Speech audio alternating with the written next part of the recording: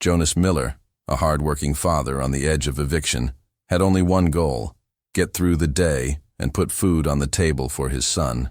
But when he saw a little girl alone and crying outside a grocery store, he made a split-second decision that would set everything in motion. He had no idea that helping her find her way home would lead to something no one in his neighborhood could have imagined. Because the next day, a luxury car pulled up to his doorstep, and what came next would leave him speechless. But before we dive into this powerful story of compassion, second chances, and unexpected rewards, comment below where you're watching from. And if you enjoy emotional stories that remind us how one small act can change everything, don't forget to like this video and subscribe to Mr. Edward's Tales, where real emotion finds a voice. Jonas Miller sat on the edge of his worn-out mattress, the weak coils beneath him creaking with every shift of his weight. The cold from the cracked window seeped into the room, curling around his ankles like a silent reminder of the unpaid heating bill. He rubbed his eyes with the heels of his palms, pushing back the fog of another restless night. The dim light from a flickering ceiling bulb illuminated the room's peeling wallpaper and the faded photographs taped to the wall. Photos of Marlene, his late wife, and their son Theo at happier times. Those images had dulled over the years, just like the brightness in Jonas's own eyes. He glanced over at the small alarm clock, its red digits blinking 6:14 a.m. Another day, another scramble to make ends meet. The landlord's final warning echoed in his mind. One more week, Miller. Then I changed the locks. His stomach twisted. There was no miracle check coming. No backup plan. Just grit, scraps of hope, and the worn soles of his boots. As he stood, the chill crept up his spine, but he ignored it. He couldn't afford to feel cold, not when everything else already felt frozen. In the cramped kitchenette, Jonas opened the fridge with a sigh.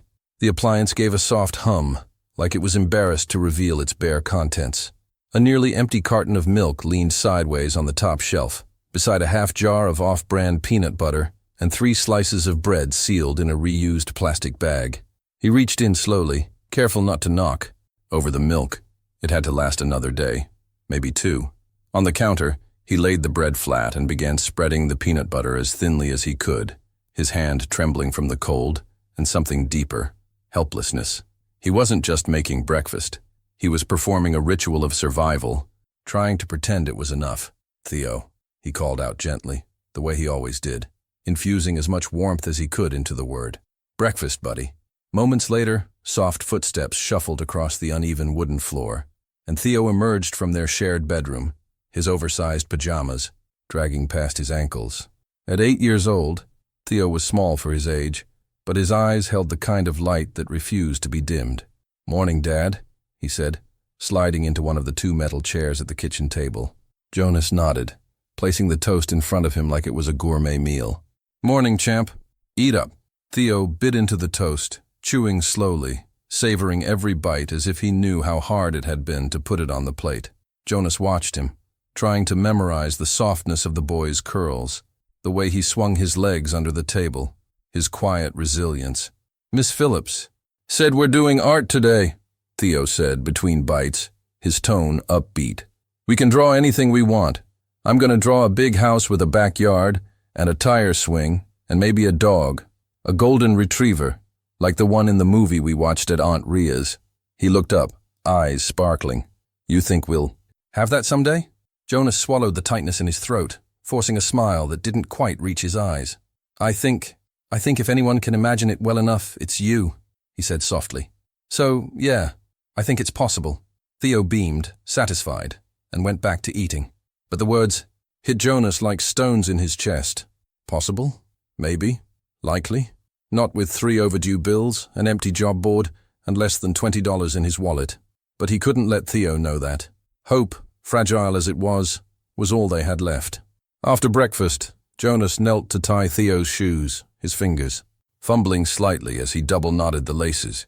He looked up at his son's face, so open, so trusting, and felt the crushing weight of inadequacy settle over him again. He used to have answers. Back when Marlene was alive, they were a team. Now, he was just a man trying not to drown while carrying a child on his back. "Grab your backpack, all right?" he said, standing. "We'll leave in 5. Theo nodded and disappeared into the bedroom. Jonas ran a hand down his face, then grabbed the nearly empty grocery bag that sat near the door. His errand after drop-off. There wasn't enough money for anything. Substantial, but he could maybe stretch it into bread, milk, and peanut butter. Again. He hated the repetition of poverty. The way it looped around your life, shrinking options until you forgot what choice felt like. When Theo returned, bundled in his second-hand jacket and hat, they headed out into the street, the cold air biting, but not unbearable. "Can we stop by the corner store later?" Theo asked as they walked. "Maybe get one of those donuts?" Jonas hesitated. "We'll see, bud, if we've got some change left after the groceries." It was a lie, but it was gentle. The streets of Riverview, Hills weren't friendly to people like Jonas. On the walk to school, he passed shuttered shops with peeling signs, potholes ignored by the city, and the occasional glance from someone who didn't quite meet his eyes. He kept Theo close, their hands locked, his attention scanning the surroundings like a soldier on duty. When they reached the school gates, Theo turned to him, smiling despite everything. "Love you, Dad." Jonas crouched down, kissed his forehead, and hugged him tightly. "Love you more, kid. Have a good day, all right?" Theo nodded and ran off, his backpack bouncing behind him. Jonas watched until the boy disappeared into the crowd of children, then turned to leave. Each step back down the sidewalk felt heavier. His boots hit the pavement with a slow rhythm that mirrored his thoughts.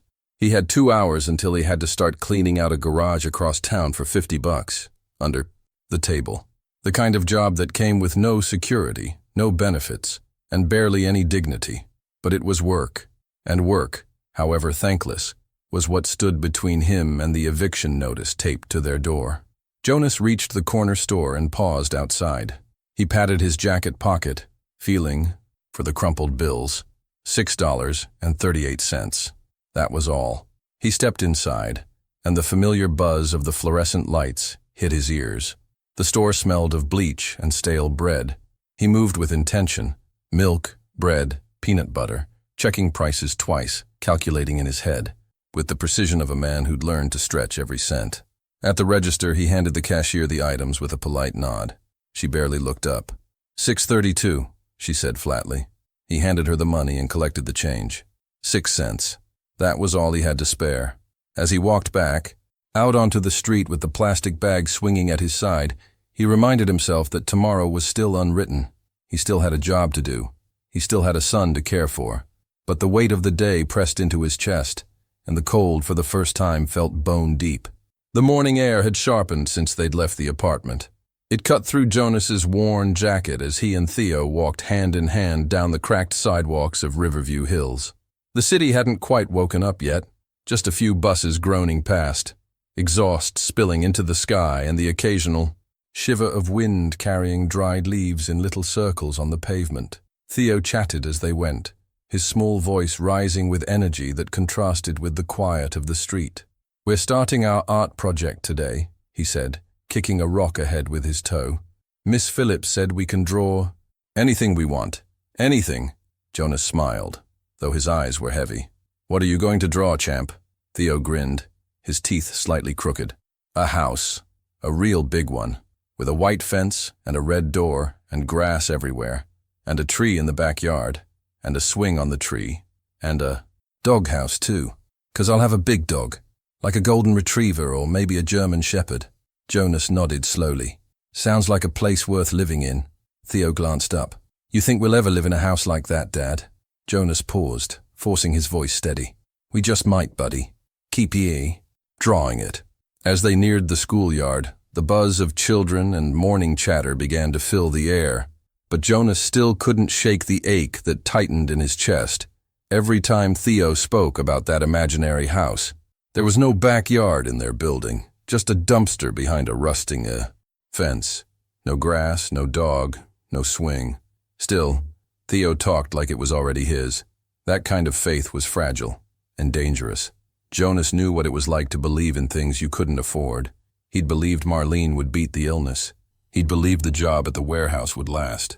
And now, he walked beside a boy who hadn't learned how quickly dreams got swallowed by reality. When they reached the gate, Jonas knelt and adjusted Theo's backpack straps. "You show that drawing to the whole class when you finish it, all right?" Theo nodded eagerly. "And I'll bring it home so you can put it On the fridge. Jonas smirked. Can't wait to see it. They hugged tightly, and then Theo ran off, his small frame bouncing across the school steps, lost among other kids. Jonas watched him disappear, the image of the dream house lingering in his mind longer than he wanted to admit. With Theo gone, the world seemed to slow down again.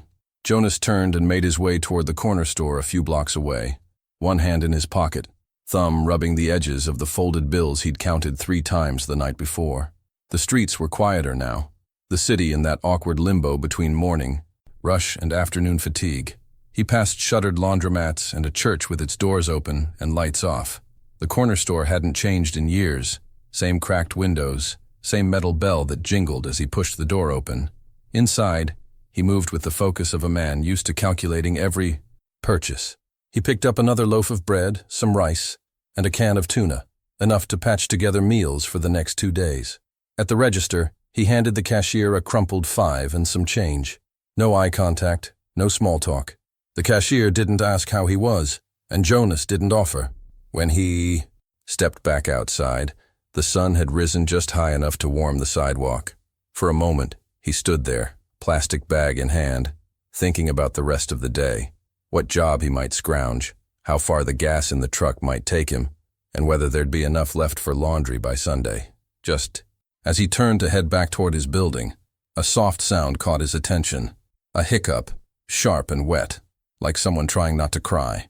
Jonas's gaze swept the sidewalk and landed on a small figure curled up near the side of the store, just out of view from the main entrance.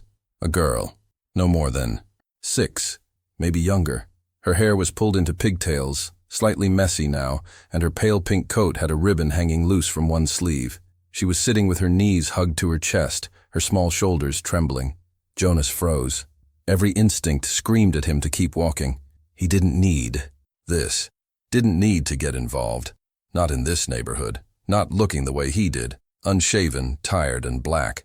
People didn't give the benefit of the doubt to men like him. One wrong word, one misunderstanding, and he'd be the story on someone else's lips before noon. But then she lifted her face slightly. Her eyes were red, her cheeks streaked with tears, and in them he saw something that cracked right through him. Helplessness. The same look Theo had the day Marlene didn't wake up. Jonas cursed under his breath. "Damn it," he muttered, glancing both ways before stepping closer, careful not to frighten her. "Hey," Jonas said softly, kneeling a few feet away, keeping his hands visible. "You all right, sweetheart?" The girl flinched, pulling her knees tighter. She didn't answer. Jonas could feel the tension in her little body, the way her fingers clutched at her coat like it was the only shield she had left. "I'm not gonna hurt you," he added, his voice low, almost a whisper. "Just, you look like you need some help." She peeked at him through her lashes, uncertain. Jonas didn't push. He stayed where he was, giving her space. "Is your mom nearby? Did you get lost?" The girl sniffled and finally spoke, her voice tiny. "I can't find her." Her lower lip trembled. "She was at the store and then, I don't know." Jonas nodded slowly. "Okay, that's all right. We can figure it out." She looked at him again, still unsure. He gestured toward the bench a few feet away. "How about we sit for a second, yeah? Just talk." After a moment she stood and followed him hesitantly. They sat, space between them like a line she wasn't sure she could cross. Jonas tried to offer a reassuring smile. "What's your name?" "Sophie," she whispered. And just like that, the morning had shifted. Jonas listened carefully as Sophie fumbled through her backpack and handed him a crumpled piece of paper with a phone number scrawled across it. "It's my mom's," she said. He pulled out his old phone and dialed, the call ringing twice before going to voicemail. He tried again. Still, nothing. Beside him, Sophie grew quieter, her breathing shallow. Jonas considered the next step. He could call the police, but the idea of this girl alone in a station, scared, didn't sit well with him. And truthfully, the idea of talking to the police didn't sit well with him either. Instead, he read the address under the phone number. It wasn't far, 10 minutes at most. He turned to Sophie. "I can take you home, all right? We'll go slow. I won't start the truck till you're buckled in. You can say no, and I won't be mad. But I don't want to leave you here." Sophie hesitated, clearly wrestling, with a lifetime of warnings about strangers. But finally she nodded. "Okay." Jonas exhaled, surprised by the sudden protectiveness he felt for a child he'd met 5 minutes ago. He opened the passenger door, made sure she was secured, and started the truck. The engine groaned as if protesting. The day wasn't over, it had just changed direction. Jonas kept his eyes on the road as the city passed by in a blur of brick buildings, cracked sidewalks, and half-empty lots. His fingers tightened slightly around the steering wheel, the soft hum of the truck the only sound for several minutes. Sophie sat stiffly in the passenger seat, her back straight, hands folded in her lap, like she didn't quite know what to do with them. She didn't say a word, only cast him sideways glances now and then, quick flickers of her eyes that vanished just as fast. Jonas didn't blame her for the silence. She was a little girl, barely 6, in a stranger's vehicle. Everything she'd ever been taught was probably screaming inside her. Still, her trust, however hesitant, hung in the air like something fragile. "You doing okay over there?" he asked gently, glancing at her without turning too much. Sophie nodded, then shifted slightly. "You're not scary," she said after a moment, almost like she was trying to convince herself more than him. Jonas offered a faint, sad smile. Well, that's a relief. He didn't press her for more. He knew better than to ask too many questions too fast. Trust wasn't something you demanded. It was something you earned, moment by moment. The neighborhood changed gradually as they drove. Graffiti-covered walls gave way to manicured hedges. Chain-link fences became white picket ones. Jonas noticed the shift, and he knew Sophie did too.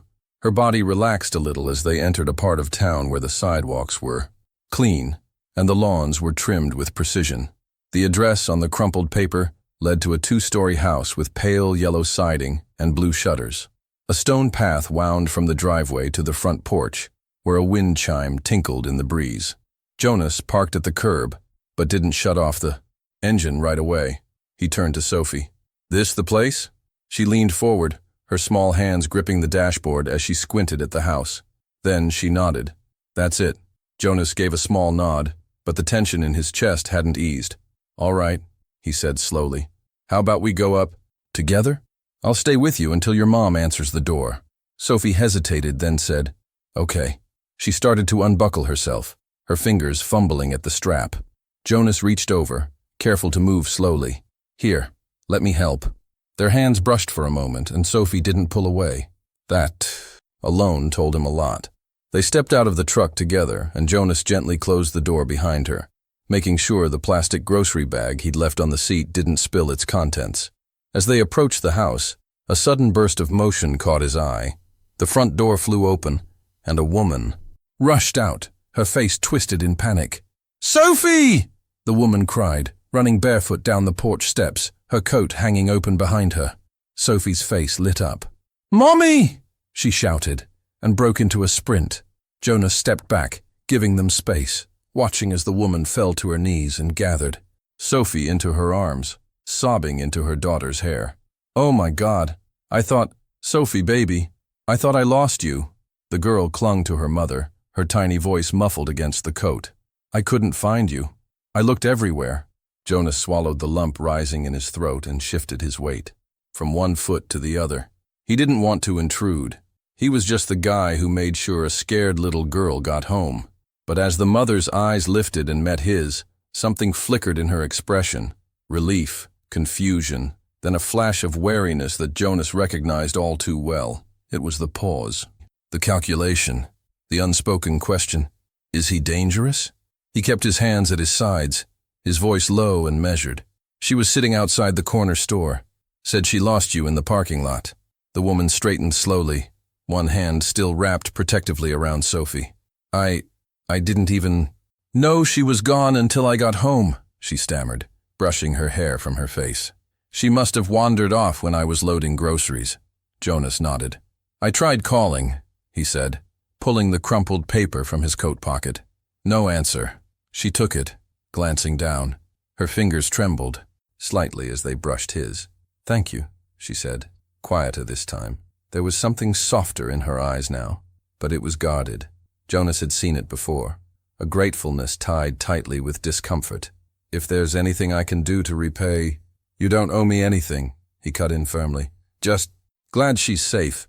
He turned to leave, not waiting for her to offer him money or a forced smile. But as he took his first step back toward the truck, Sophie's voice called out behind him, "Mr. Jonas?" He paused, glancing over his shoulder. The little girl ran toward him and threw her arms around his waist in a quick but fierce hug. "Thank you for not leaving me," she whispered. Jonas stood frozen for a second, then slowly rested his hand on her back, patting gently. "You're welcome, sweetheart." Sophie stepped back and returned to her mother's side, her small hand sliding into her mother's, larger one. The woman looked at Jonas again, something unreadable in her expression. "What's your name?" she asked finally. "Jonas Miller." She nodded. "I'm Clara Monroe." She hesitated, then added, "I mean it. If you need anything, please." Jonas shook his head. "You've got your daughter. That's enough." He turned again, this time not stopping. He walked back to his truck and climbed inside, starting the engine with a low rumble.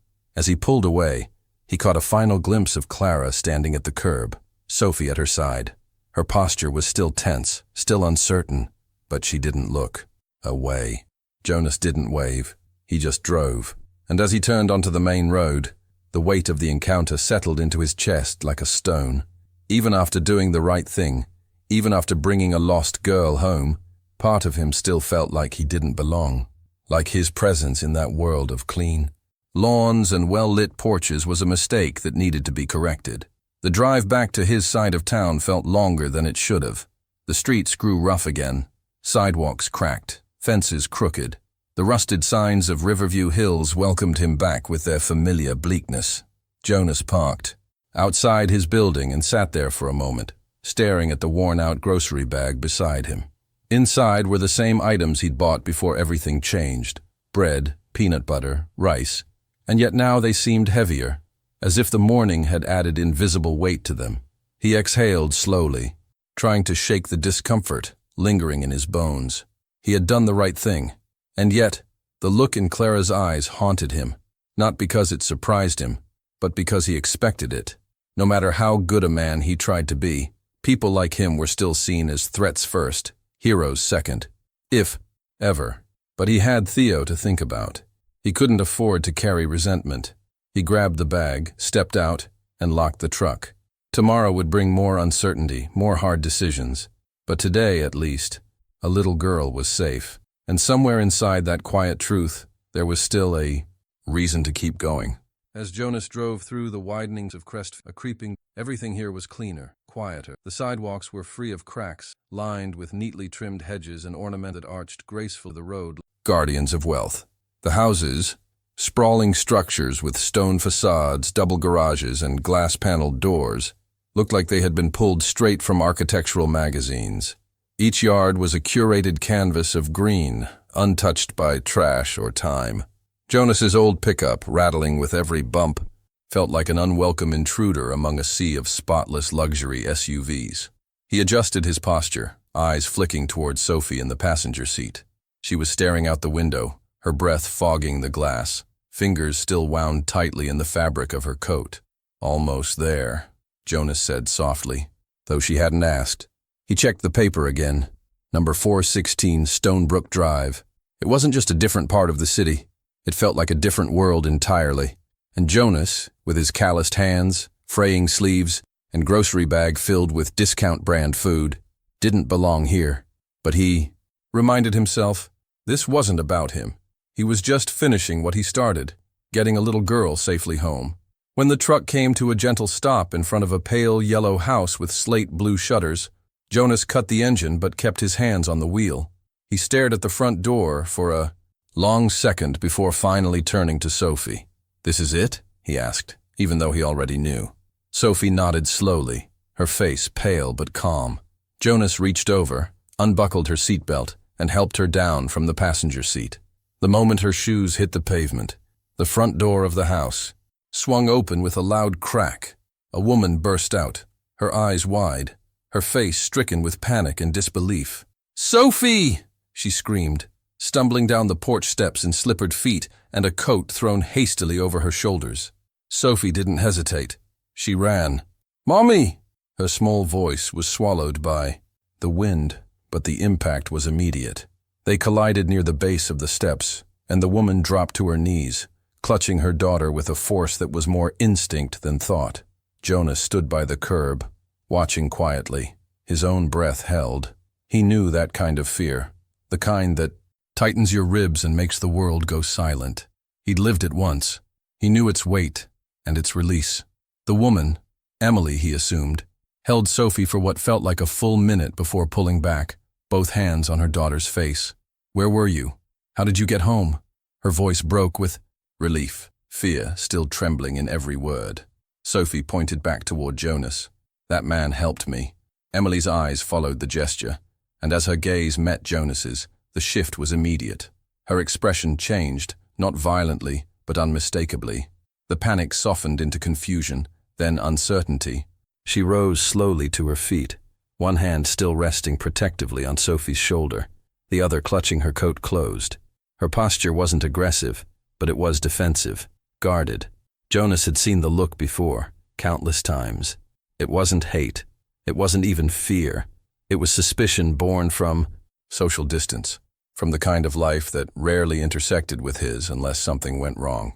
And though her daughter was safe in her arms, Emily looked at him as if unsure whether he was a danger or a blessing.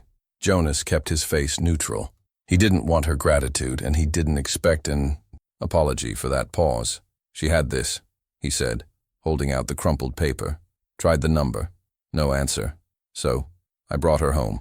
Emily approached cautiously, her eyes never quite leaving his. She took the paper with a soft, "Thank you," her voice thinner now, brittle around the edges. I didn't even realize she was gone until I got home. I thought she was in the back seat." Her lips trembled. "Oh God, She stopped herself, overwhelmed, her grip on the paper tightening. Sophie looked up at her mother, confused by the tension. Jonas nodded gently. "It happens," he said, and he meant it. Parents weren't perfect. He'd messed up more times than he could count. She was scared, but she stayed smart. She knew her way home. Emily looked down at Sophie, then back at Jonas. Her jaw flexed, as if she wanted to say more, but couldn't quite find the right words. "I appreciate what you did," she said carefully. "Really, I don't know what could have happened if—" Her voice trailed off again. Jonas shifted on his feet. "You don't need to say anything else. Just glad she's back where she belongs." He glanced at Sophie one last time. "Take care, kiddo." Then he turned to walk back to his truck, the moment stretching behind him like a shadow. But just as he reached for the door handle, he heard the soft patter of small feet behind him. "Mr. Jonas?" Sophie's voice rang out again, hesitant but firm. He turned, surprised to see her running up the driveway. She stopped, in front of him, fumbling with the hem of her coat. Her eyes were wide, sincere. "Thank you for not leaving me," she said. Her voice cracked just slightly, but the words held weight. Jonas knelt down, lowering himself to her level. "You're welcome," he said, his voice thick with something he didn't want to name. She leaned forward and wrapped her arms around his neck, quick, tight, and earnest. When she stepped back, Jonas stood, watching her return to the porch, where Emily stood frozen, her face unreadable. Emily offered a brief nod, still cautious, but less guarded now. A sliver of understanding, maybe, or at least recognition. Jonas gave a nod in return. He climbed into his truck and started the engine, the roar of it loud in the pristine silence of Crestfield Heights. As he pulled away, he didn't look back, but he felt the weight of the whole interaction pressing against his shoulders. Not from regret, but from the heaviness of being seen only halfway. The road back to his neighborhood felt longer than before, the contrast more glaring. The pristine lawns of Crestfield faded into the rusting fences and busted curbs of Riverview Hills like a dream dissolving into daylight. Jonas's truck clanked and coughed as it rolled through familiar streets.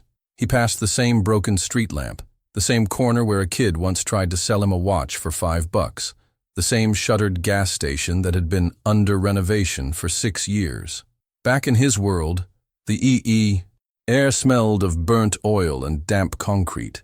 And yet, there was a strange kind of comfort in it, a comfort rooted in the fact that here, no one pretended. The cracks were visible. The struggle was out in the open. As he parked outside his building, Jonas shut off the engine and sat there, staring at the grocery bag on the passenger seat. He had done the right thing. He had brought Sophie home. But the unease lingered, not because of what he'd done, but because of how close he'd come to being mistaken for something he wasn't. Again, he reached for the bag, stepped out, and locked the truck. Another day survived, but hope felt like something borrowed, something that still had to be paid back. Jonas had barely stepped onto the cracked pavement outside his building when he noticed the car, a sleek black sedan with tinted windows and chrome accents that gleamed even under the pale afternoon sun.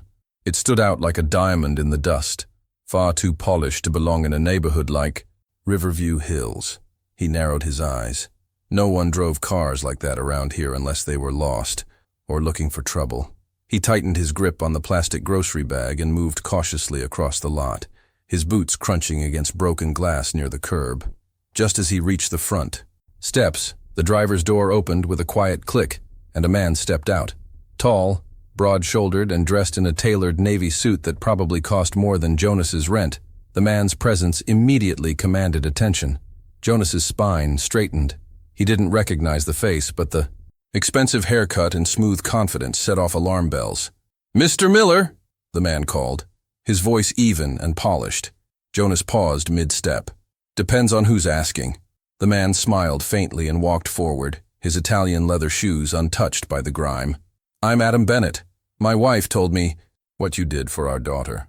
Jonas's jaw clenched. So this was Sophie's father.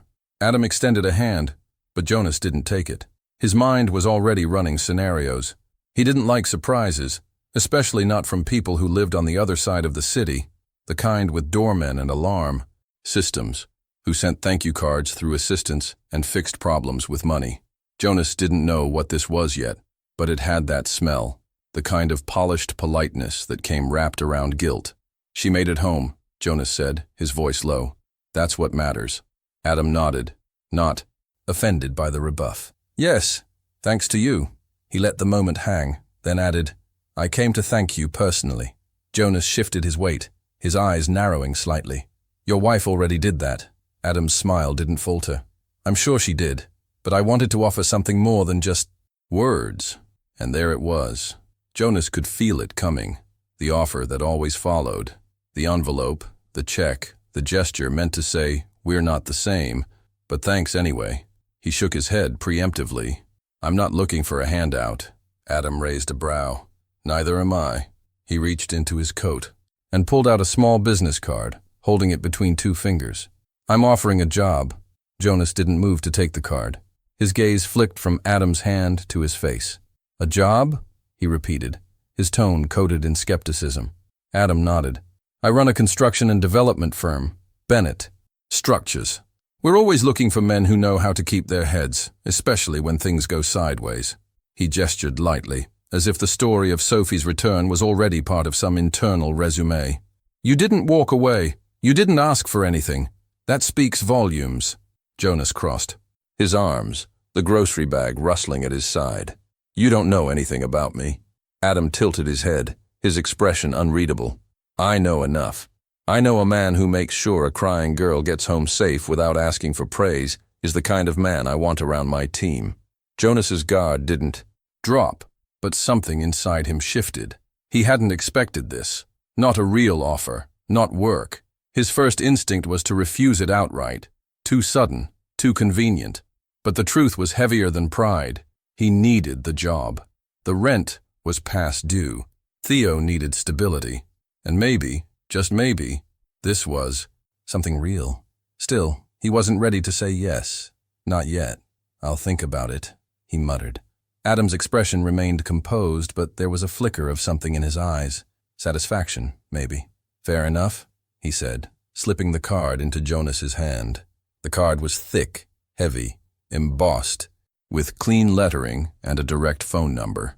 It felt foreign in Jonas's rough fingers, like holding something that didn't belong to him. Adam took a step back. "Call me if you're interested. My foreman's name is Hank Davis. He's tough but fair. We start early, 6 a.m. sharp." Jonas nodded, though his eyes didn't leave the card. "You show up," Adam continued. "You'll get a fair shot. No promises, no favors. Just work." That part, that phrase, struck something in Jonas. Just work. No begging, no groveling, no being made to feel small. Adam didn't linger. He gave a small nod and turned back to his car. The door closed with a quiet thunk, and the engine purred to life as the car rolled out of the lot, its tires barely stirring the dust. Jonas stood alone again, the silence creeping back into the cracks. He stared at the card in his hand, then tucked it into his jacket pocket.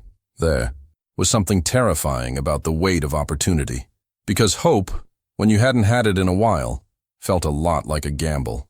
That night, the card sat on the table in front of Jonas, like it was daring him to touch it again. He stared at it, between bites of rice and toast, the only dinner he could muster for himself and Theo. The boy was humming to himself in the background, working on his drawing at the small desk near the window. "Dad," Theo called, "does a doghouse have to be outside?" Jonas blinked, pulled from his thoughts. "Yeah, usually. Why?" Theo held up his picture. A house, with a bright red door, a swing set, and a big dog drawn in crayon beside a little boy. "Because mine might not fit in the backyard," he said seriously. Jonas chuckled, though it was short. "Then make the backyard bigger." Theo grinned and went back to work. Jonas leaned back in his chair, eyes drifting back to the card. He didn't trust it, didn't trust the man who gave it to him. But maybe, just maybe, it wasn't about the man. Maybe it was about the moment. He stood slowly, picked up the card, and reached for his phone. His fingers hovered over the numbers for a long time. Then, with a breath, he dialed. 1 ring, 2, then a voice. "This is Adam Bennett." Jonas swallowed. "It's Jonas Miller. I'll be there tomorrow." The sky was still bruised with the final shades of night when Jonas pulled into the gravel lot of the construction site. His truck rumbled its protest, the engine sputtering as if uncertain it would make it another week. But it held. Jonas turned off the ignition and sat for a moment in the quiet, watching the faint glow of the floodlights that lit the unfinished skeleton of a rising building. Men in hard hats and safety vests were already milling about like ants, moving with purpose between stacks of rebar, pallets of drywall, and towering scaffolding. It had been years since Jonas stood in a place like this. He felt the tension crawling up his spine, that tight knot of uncertainty that came whenever you walked into a new place with nothing to prove yourself but your sweat. He checked the time. 5:52 a.m. Early. Good. Better to be the first than the last. He stepped out, the cold biting, through the fabric of his work jacket and adjusted his gloves. In his pocket was a folded paper from Adam Bennett's office, site assignment, contact name, and a note. Report to Hank Harvey. The name rang with the tone of a man who didn't do handshakes or small talk. Jonas found Hank near the supply trailer, barking orders like a man who'd been born with a clipboard in one hand and a scowl in the other. He was short but thick, built like a bulldog, with a grizzled salt and pepper beard and a neon vest faded from years of sun. His boots were caked with dried cement, and his eyes scanned the crew, like he expected someone to screw up at any minute. "Harvey?" Jonas asked, stepping forward. The man turned, his gaze sweeping over Jonas with open skepticism. "You Miller?" "Yeah." Hank didn't nod, didn't smile, just jerked a thumb toward a stack of lumber beside a partially framed wall. "Grab that and follow Jorge. You'll be helping frame the second floor today. Don't fall off, don't waste time, and don't wait for someone to hold your hand." Jonas nodded, already lifting the boards. "Got it." As he followed the man called Jorge, a quiet, observant type with a quick stride, Jonas could feel Hank's stare digging into his back like a drill. It was clear what kind of welcome this was. No trust, no patience. He'd have to earn his place here, one bruise, one blister at a time. The first few hours blurred into muscle memory and sore joints. Jonas worked without complaint, his shirt damp with sweat before the sun had fully cleared the horizon. He hoisted beams, held them steady as nail guns snapped and popped beside his ears, and climbed ladders with arms trembling from strain. There was no time for breaks, and no one offered help. It wasn't cruelty, it was protocol. New guys had to prove they could carry their weight, sometimes literally. Jorge gave the occasional nod of approval, but the others mostly ignored him, focused on their own tasks. Jonas didn't mind. The rhythm was something he understood. Labor, repetition, function. His hands blistered beneath the gloves, but he didn't. Slow. At lunch, he found a spot near a stack of unused cinder blocks and sat alone with his sandwich. Just peanut butter on bread, the same as Theo's.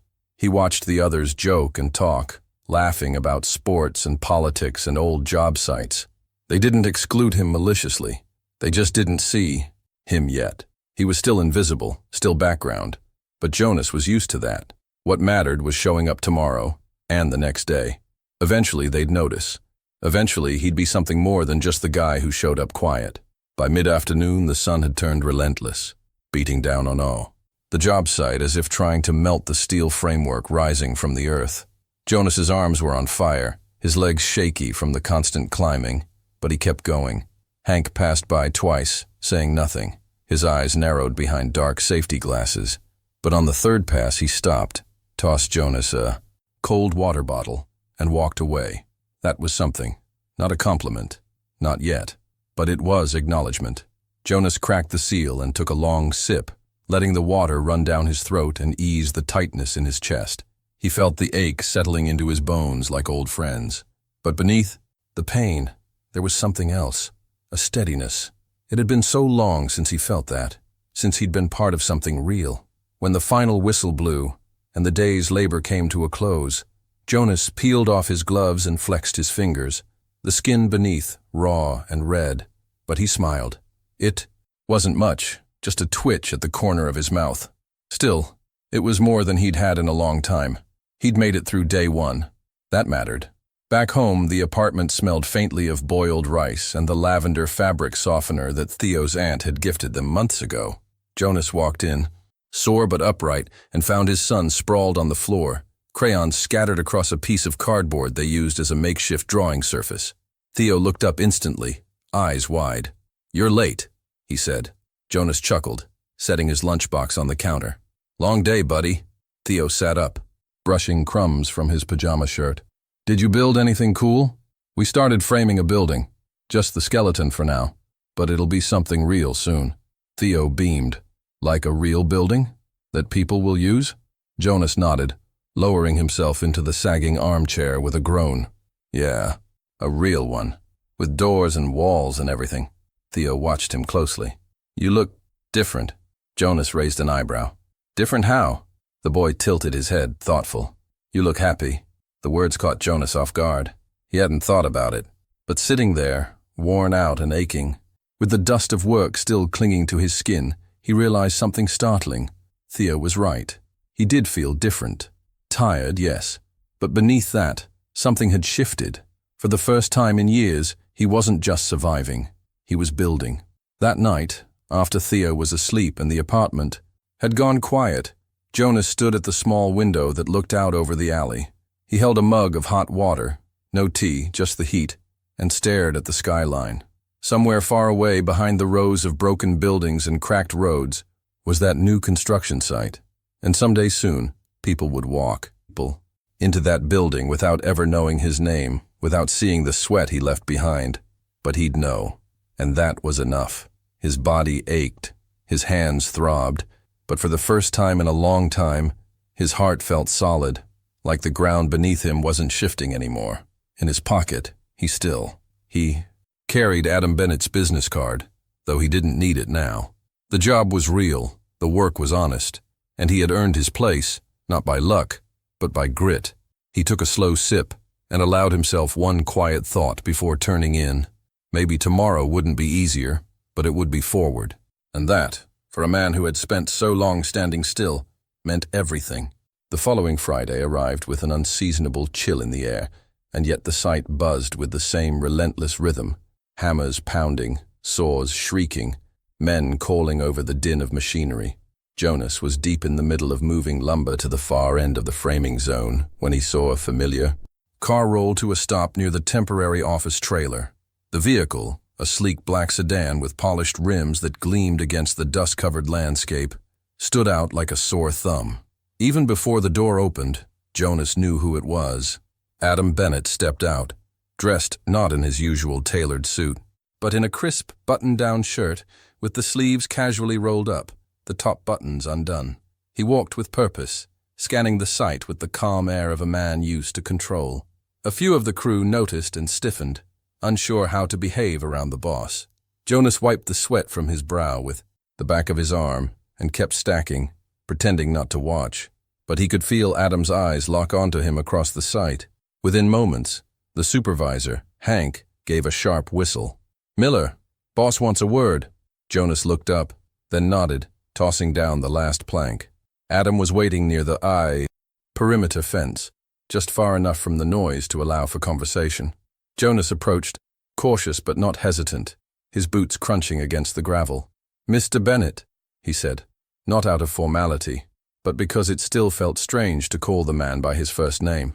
Adam chuckled lightly, shaking his head. "Jonas, you've earned the right to drop the mister." Jonas gave a faint smile, the kind that didn't fully reach his eyes. "Didn't think you made field visits." Adam shrugged. "I don't usually, but I heard you've been making an impression." Jonas glanced back toward the site, where the crew was resuming their work, pretending not to watch. "I'm just doing the job." Adam looked at him with a calculating gaze. "That's exactly why I'm here." He reached into his coat and pulled out a folded brochure, worn from having been carried around. "We've got a leadership training program, meant for guys who show potential. It's not fancy, just coursework, mentorship, hands-on management training. But it's a pipeline. Foreman, site manager, even project supervisor if you want it bad enough." He held the brochure out. "I want you in." Jonas didn't take the paper immediately. He looked down at it, then back up at Adam, eyes narrowing just slightly. "Why me?" he asked, not out of insecurity, but because he needed to understand the angle. Opportunities like this didn't just fall into his lap, not without someone wanting something in return. Adam didn't flinch. "Because you didn't just show up. You showed up early. You stayed late. You handled the worst tasks without complaint. My crew talks. Hank said you've got grit and you don't waste time. That's the kind of man I want leading others." Jonas's fingers twitched, but he didn't reach for the brochure. He thought of all the places that had turned him away without ever asking what he could do. He thought of Marlene, of the years she spent urging him to take pride in himself even when the world wouldn't. And he thought of Theo, who had drawn a backyard with a swing set and a doghouse, believing that someday it would be real. "I've never led anything," Jonas muttered. Adam tilted his head. "Everyone starts somewhere. This is yours." Jonas exhaled, the weight of the moment pressing in from every side. He reached out slowly and took the brochure from Adam's hand. The paper felt heavier than it should have, like it was made of something thicker than ink and cardstock. Jonas opened it, scanning the requirements, the timeline, the expectations. It wasn't going to be easy. Nothing had ever been easy, but it was a path, and it led somewhere different from where he'd come. "You think I can do this?" he asked, almost to himself. Adam didn't hesitate. "I know you can, but you have to want it more than your excuses. You've been surviving a long time. Maybe it's time to build something bigger." The words struck deep. Jonas had spent so long bracing against the next hit, next overdue notice, next disappointment, that the idea of forward motion felt foreign. But in that moment, he saw it clearly, a new version of himself, not defined by struggle but by progress. He folded the brochure and slipped it into his back pocket. "When do I start?" he asked. Adam smiled, this time with genuine warmth. "Monday morning. You'll shadow Hank for a week, then start coursework after hours. We'll make it work." Jonas nodded slowly, still unsure if this was a dream that would disappear with the next sunrise. But for now, it was real. He could feel it. Later that evening, after a long hot shower and a dinner of leftover beans and rice, Jonas sat at the kitchen table, the brochure spread out in front of him. The edges were already bent from being opened and reread, each bullet point and diagram etched into his mind. Theo sat cross-legged on the couch, coloring another version of the house he always drew, a little more detailed this time, with a garage added. "What's that?" he asked, pointing to the pamphlet. "It's something new," Jonas said. He hesitated, then added, "It might mean bigger things for us." Theo tilted his head. "Like a house with a backyard?" Jonas smiled. "Yeah, maybe. Even that." The boy's face lit up, and Jonas felt something shift inside his chest. He wasn't lying this time. For the first time in a long time, he wasn't just feeding his son dreams to keep the light in his eyes. He was chasing something real. The fear was still there, always lurking, but it no longer controlled the wheel. Jonas was finally building, not just enduring. And through every hammer swing, every line of instruction, every late-night study session to come, he would be reminding himself he wasn't stuck. He was rising. As night fell and the hum of the city softened into stillness, Jonas found himself at the window again, the mug of hot water between his hands warming his calloused fingers.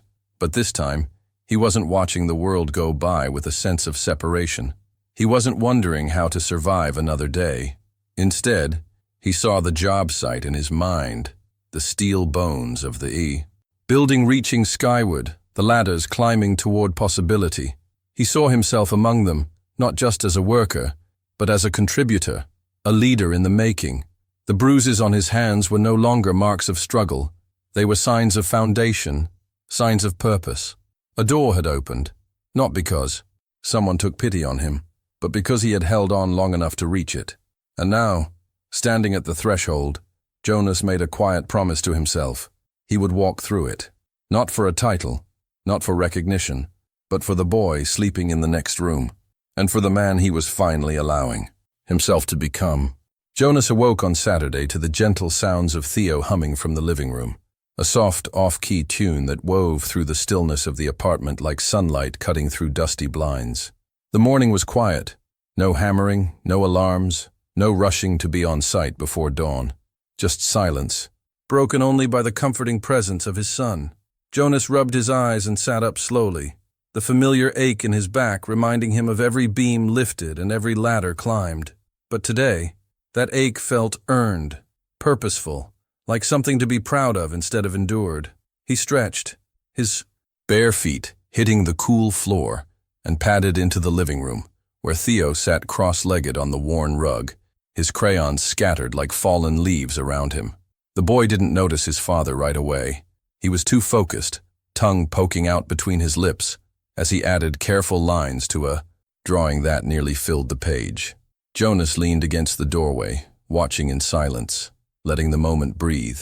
There was something sacred about it, this concentration, this pure, unfiltered dream poured out in wax and color. "What you working on?" he finally asked. Theo looked up, beaming. "It's finished. Want to see?" Jonas crossed the room and knelt beside his son, who turned the paper around with both hands like he was presenting treasure. And in a way, he was.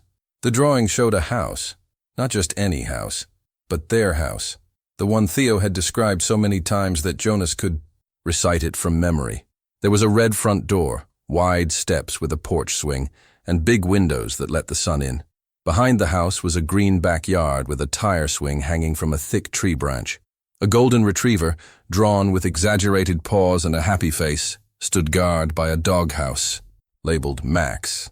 And beside it all, two stick figures holding hands, one taller than the other, smiling wide. Jonas felt his throat tighten. The lines were shaky, the colors slightly outside the borders, but the feeling behind the image was precise and powerful. "That's us," Theo said proudly, pointing to the figures. "And that's our house. You said maybe, right? Maybe we'll live there one day." Jonas stared at the page, the heat of emotion rising behind his eyes. He didn't trust his voice just yet, so he nodded. Theo waited, patient, wise beyond his years in the way only children forced to grow. Up early often are. After a moment, Jonas spoke, his voice quieter than he expected. "It's beautiful, kiddo." He reached out, brushing his hand over Theo's curls. "You did a great job." Theo grinned and held the drawing closer to his chest like a prize. "I'm gonna keep it forever," he said. "So, when we get the house, I can see if it looks the same." Jonas chuckled softly, the sound deep and a little raw. "You might need to add a garage someday," he teased, trying to lighten the moment. Theo's eyes lit up. "Yeah, and a basketball hoop." But then, more quietly, "You really think we'll get it?" Jonas exhaled slowly, letting the weight of the past few weeks settle into the spaces between his words. "You know what?" he said finally, wrapping an arm around Theo's shoulders. "I used to think it was too far away, that maybe dreaming about stuff like that was just for other people. But now, don't know. I think it might not be as far as I thought." Theo didn't respond right away. He just leaned into his father's side, his head resting against Jonas's arm. and that silence was louder than any promise. They stayed like that for a long while, just father and son, two survivors finding comfort in the future they were beginning to believe in. Eventually, Jonas stood and pinned the drawing to the refrigerator with one of the few magnets they had left, a cheap plastic letter T that had long since lost its pair. The paper curled slightly at the corners, but it held firm. He stared at it for a beat longer than necessary, as if willing it into existence, brick by brick, swing by swing. That evening, as the sun dipped low and the orange light bathed their modest apartment in a warm glow, Jonas began cleaning up.